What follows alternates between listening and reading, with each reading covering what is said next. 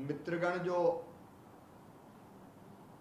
अलग अलग देशों से आज वर्चुअली मुझसे जुड़े हैं,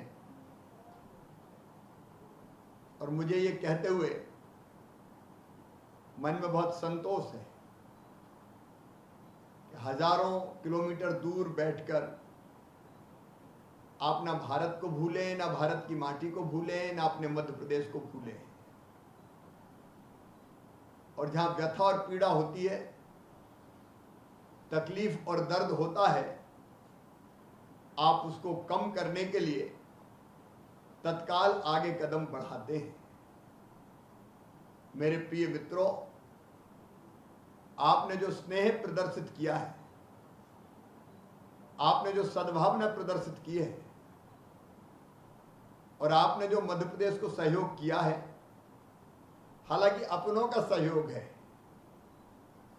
और अपनों को धन्यवाद देने की परंपरा भारत में नहीं है, आप अपने हैं। लेकिन फिर भी मैं अपने देश की ओर से और मध्य प्रदेश की 8 करोड़ जनता की ओर से आप सभी मित्रों को हृदय से धन्यवाद देता हूं। और मैं आपको विश्वास दिलाता हूं, यह बात सच है कि संकट विकट है। फर्स्ट वेव का मध्य प्रदेश ने सफलतापूर्वक सामना किया था। सेकंड जरा अप्रत्याशित तेजी से आई, लेकिन मध्य प्रदेश अब सेकंड वेव के भी संक्रमण को पूरी तरह से नियंत्रित कर चुका है। आज मध्य प्रदेश की अगर कल की पॉजिटिविटी रेट आप देखेंगे, वो 4.82%। 7 डेज की पॉजिटिविटी के बारे में सुलेमान ने अपने प्रेजेंटेशन में बताया था, लेकिन आज हम 5% के नीचे चले गए। और कोविड के मामले में जो इंटरनेशनल मापदंड है वो ये कहते हैं कि 5% के 5% के नीचे है तो फिर महामारी नियंत्रण में है। मध्य प्रदेश उस स्थिति में पहुंच चुका है। अब रोज स्वस्थ होकर घर जाने वालों की रिकवरी रेट लगातार बढ़ रही है। पॉजिटिव केसेस अब काफी कम आ रहे हैं। अस्पतालों में आईसीयू बेड हो, आइसोलेशन बेड हो, ऑक्सीजन बेड हो, दवाई जैसी व्यवस्थाएं हो, फिलहाल कोई दिक्कत नहीं है। एक संकट जरूर आया, ब्लैक फंगस, जो अभी अभी आया है, फंगल इन्फेक्शन, उससे भी हम लड़ रहे हैं। हमने हर एक मेडिकल कॉलेज में हमारे ब्लैक फंगस के ट्रीटमेंट के लिए अलग वार्ड बनाया हुआ है। एक इंजेक्शन जो एंटी फंगल इंजेक्शन है, उसकी जरूरत है तो भारत सरकार इंपोर्ट कर रही है। लेकिन आज मैं कह सकता हूं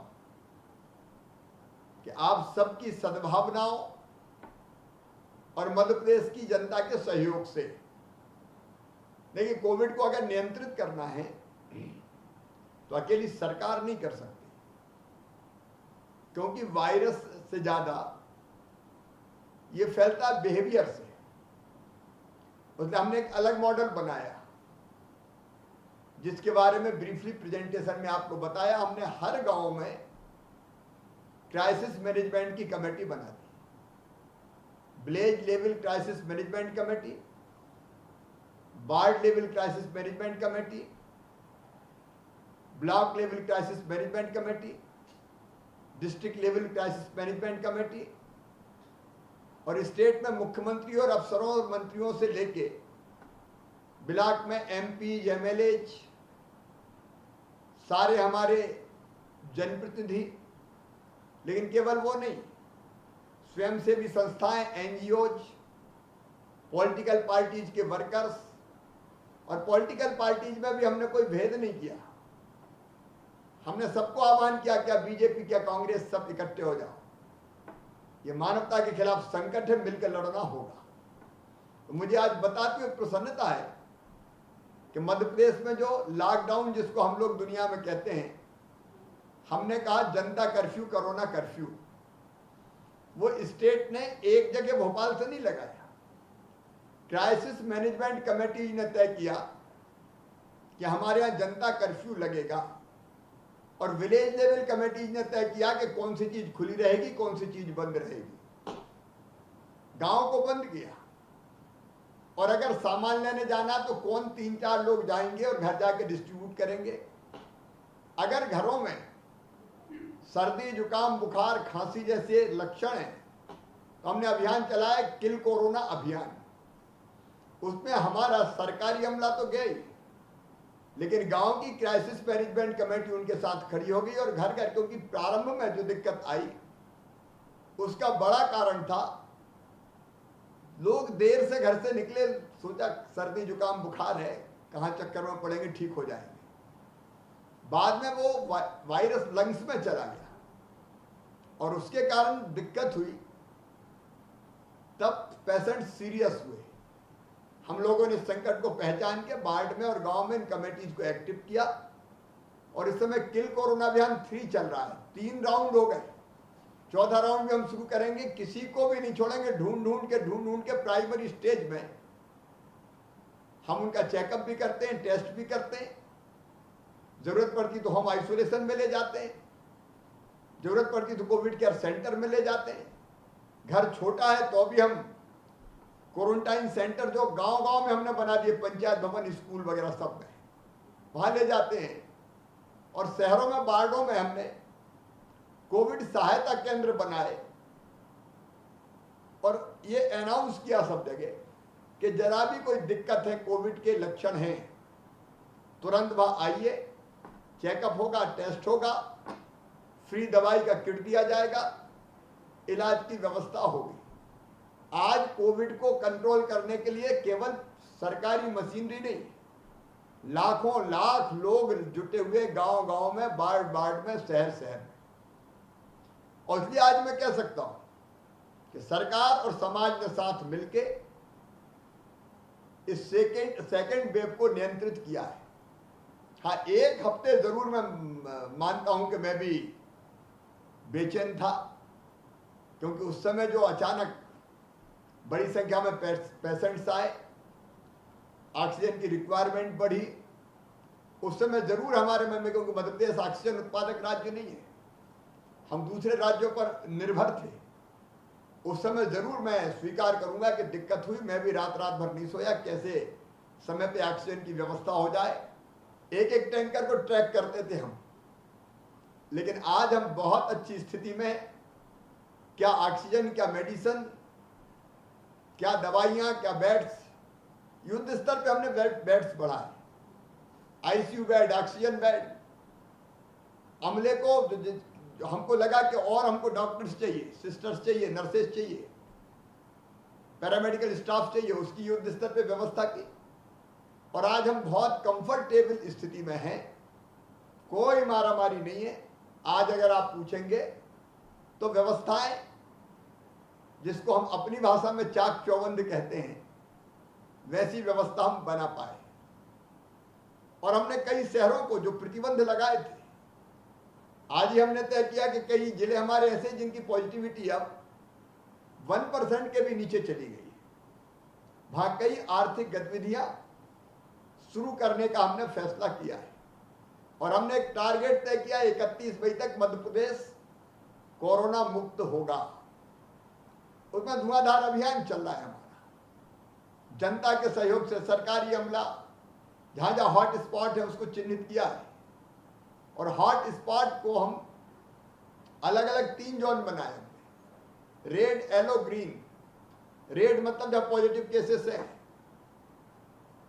एक आध अगर पॉजिटिव केस है तो येलो, और जहां नहीं है वहां ग्रीन। और एक हमने स्लोगन दिया है, मेरा गांव कोरोना मुक्त गांव, मेरा वार्ड कोरोना मुक्त वार्ड, मेरा ब्लॉक कोरोना मुक्त ब्लॉक, मेरा जिला कोरोना मुक्त जिला। अब कुछ जिले ऐसे हैं जब 5, 7, 10 पॉजिटिव केस आए हैं, तो मुझे लगता है बहुत जल्दी हम उनको पूरी तरह से मुक्त कर लेंगे। थोड़ी समस्या भी हमको इंदौर और भोपाल जैसे महानगरों में है। आप जानते हैं कि जो बड़े शहर हैं वहाँ पॉपुलेशन और दूसरे कारणों से, क्योंकि फैक्ट्रीज हैं, हमने कोई फैक्ट्रीज बंद नहीं की, कई आर्थिक गतिविधियां चालू रखी, तो उसके कारण बड़ी इंदौर में 2 लाख लोग आते जाते हैं अभी इंडस्ट्री में काम करने वाले। लेकिन वो भी हम बहुत जल्दी नियंत्रित करने की दिशा में, वहां भी पॉजिटिविटी बड़ी तेजी से घट रही है। तो सेकेंड वेव को तो लगभग काबू में हम लोगों ने कर लिया है, लेकिन अब तैयारी है थर्ड वेव की, क्योंकि मैं जानता हूं ये वायरस तो रहेगा, और जैसे ही आर्थिक गतिविधियां शुरू होगी, लोग निकलेंगे, भीड़ निकलेगी, तो उसकी तैयारी के लिए हम 3 तरह के प्रयास कर रहे हैं। Number 1, Covid appropriate behaviour. Bharat तो अपना ऐसा देश है जो उत्सव प्रिय है। धार्मिक आयोजन, सामाजिक आयोजन, मेला ठेला, रैलियां, शोर शराबा, ये खूब होता है। लेकिन अब हम लोगों को कन्विंस कर रहे हैं कि धीरे धीरे हम अनलॉक करेंगे, चीजें खोलेंगे, लेकिन उसके बाद बिहेवियर हमको क्या करना होगा उसके बारे में हमारा आग्रह भी रहेगा, हम एजुकेट भी करेंगे। और दूसरे, टेस्टिंग हम बंद नहीं करेंगे, टेस्टिंग हमारी खूब चालू रहेगी, ताकि जरा भी कहीं पॉजिटिव केसेस मिलना शुरू हुए तो तत्काल वहां हम कंट्रोल करने के कदम उठा लें। कॉन्ट्रैक्ट ट्रेसिंग, जो पॉजिटिव आया है तत्काल उसको आइसोलेट करना, ट्रीटमेंट उस दिशा में जाएंगे तो उसकी भी पूरा रोड मैप हम लोग बना रहे हैं। और तीसरा उपाय है वैक्सीनेशन। 2 कंपनी, कोवैक्सीन और कोविशील्ड, 18+18 to 44 उनको स्टेट्स को लगाना। तो हमने जो डोजेज हमको चाहिए 5,29,00,000, 5,29,00,000, उसके ऑर्डर्स हमने प्लेस किए हैं, धीरे धीरे आ रही है। उत्पादन की अभी सीमा है, जैसे बढ़ेगा तो और तेजी से आएगी। और 45+ को तो भारत सरकार लगा रही, माननीय प्रधानमंत्री जी के आशीर्वाद से, तो हमारा वैक्सीनेशन का काम जारी है। तो उसमें भी हम अवेयरनेस कैंपेन चला के युद्ध स्तर पर वैक्सीनेशन का काम भी करने का प्रयास करेंगे। और इन प्रयासों के माध्यम से हमें पूरा विश्वास है कि कोरोना की थर्ड वेव में हमको हॉस्पिटल्स चाहिए, हमको और बिस्तर बढ़ाने, बेड्स की संख्या बढ़ानी है, ऑक्सीजन आईसीयू बेड्स बढ़ाने, बच्चों पे ज्यादा असर हो सकता है ये संभावनाएं, तो हम उस तरह के अलग वार्ड भी बना रहे हैं। कोविड केयर सेंटर हम कोई समाप्त नहीं कर रहे हैं। आपने सुझाव दिया कि परमानेंट नेचर के बनना चाहिए, तो कई कोविड सेंटर हमारे ऐसे जो चलेंगे। मध्य प्रदेश में 320 से ज्यादा कोविड केयर सेंटर चल रहे हैं, जिन्होंने बहुत अच्छा काम किया है, और ये सरकार और समाज सेवी संस्थाएं मिलकर चला रही है। परमानेंट नेचर के भी हम बनाएंगे। अब हमने मध्य प्रदेश में बीना में ऑक्सीजन थी, तो ऑक्सीजन के पास ही एक अस्पताल बना दिया, क्योंकि ऑक्सीजन वहां ऐसी थी जो सिलेंडर रिफाइनरी थी, 2 ऑक्सीजन प्लांट थे, तो वो रिफाइनरी हम सिलेंडर में भर के बाहर नहीं ले जा सकते थे, क्योंकि बॉटलिंग प्लांट नहीं था। तो हमने कहा जहां ऑक्सीजन वहीं अस्पताल, तो रिफाइनरी के बगल में हॉस्पिटल खड़ा कर दिया। तो टेम्परेरी और परमानेंट नेचर के कोविड केयर सेंटर भी, हेल्थ फैसिलिटीज का विस्तार भी, वो हम लगातार करते चले जा रहे हैं। आपका स्नेहपूर्ण सहयोग निश्चित तौर पर हमें और ताकत देगा। थर्ड वेव के बारे में आपको भी जो जानकारी मिले, हम भी अध्ययन करा रहे हैं। अब यूके में तो 3 महीने 90 डेज कंप्लीट लॉकडाउन रहा, और उसके बाद उन्होंने धीरे धीरे अनलॉक किया। तो मध्य प्रदेश को, हम मध्य प्रदेश की परिस्थिति हुई, हमारी पॉपुलेशन, हमारी परिस्थितियां, वो सब अलग है, तो उसके हिसाब से अनलॉक भी करेंगे, लोगों को एजुकेट भी करेंगे, ट्रीटमेंट की टेस्ट की व्यवस्था भी रखेंगे, ट्रीटमेंट का इंतजाम भी करेंगे। और भरसक कोशिश हमारी ये रहेगी कि हम थर्ड वेव में कोई नुकसान मध्य प्रदेश में ना होने दें। हमने कई मानवीय कदम उठाए, जैसे हमने तय किया मध्य प्रदेश में कि अगर कोई बच्चे अनाथ हो गए हो, माता पिता या पेरेंट्स, कोई भी अभिभावक वो नहीं रहे, तो ऐसे बच्चों को 5,000 रुपया महीना पेंशन, 5,000 पर मंथ, उनको फ्री राशन और फ्री एजुकेशन हम उपलब्ध कराएंगे अप टू 25 ईयर्स, 24-25 ईयर्स। 1-2 दिन के लिए नहीं, जब तक उनकी एजुकेशन पूरी ना हो जाए, वो हमारे बच्चे हैं, वो मध्य प्रदेश के बच्चे हैं, और हमारे रहते हुए कोई बच्चा अनाथ कैसे हो सकता है।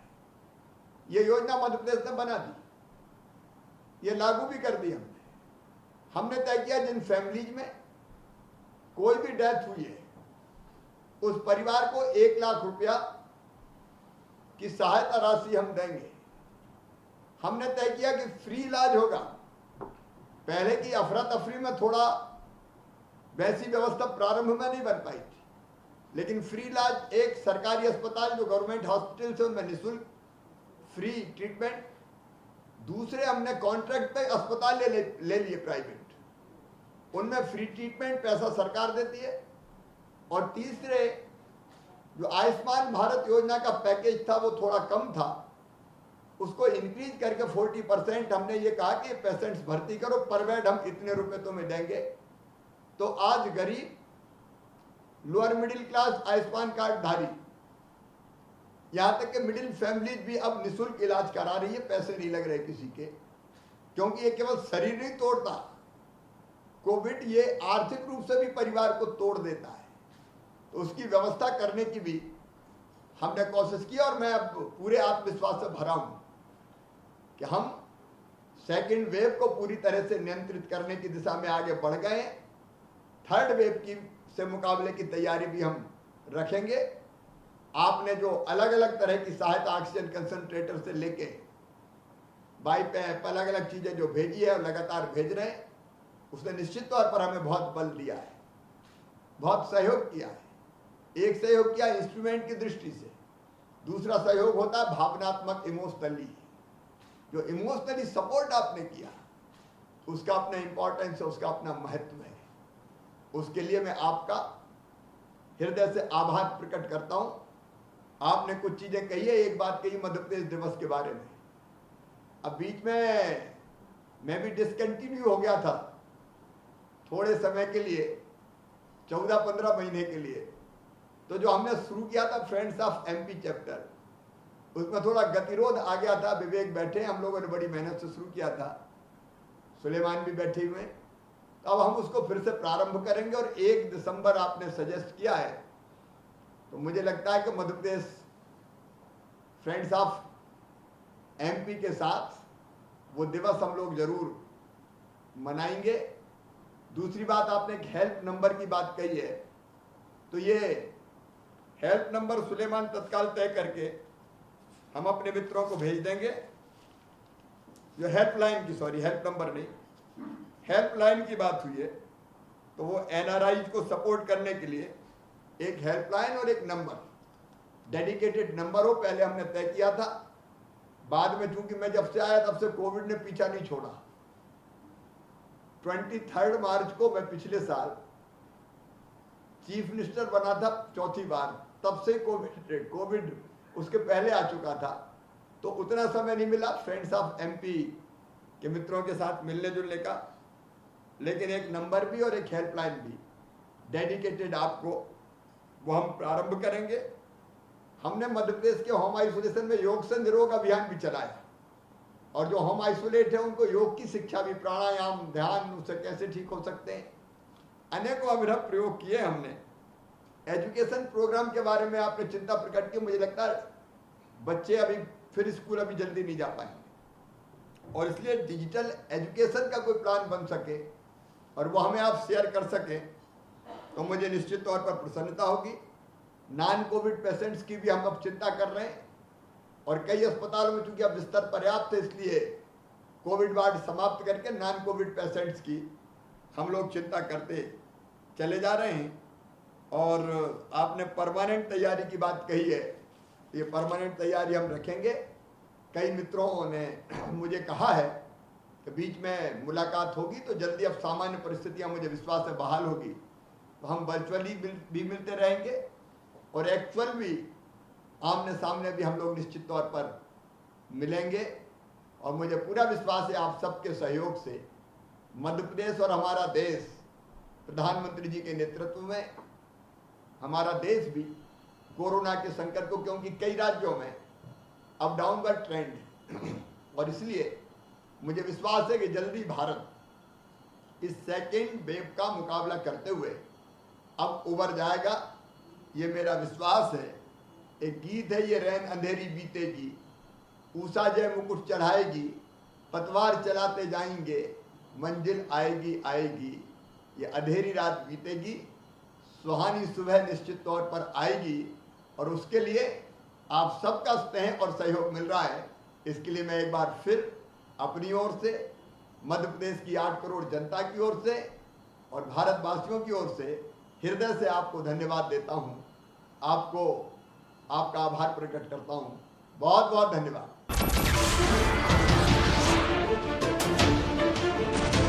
नमस्कार, मैं हूं मानक गुप्ता।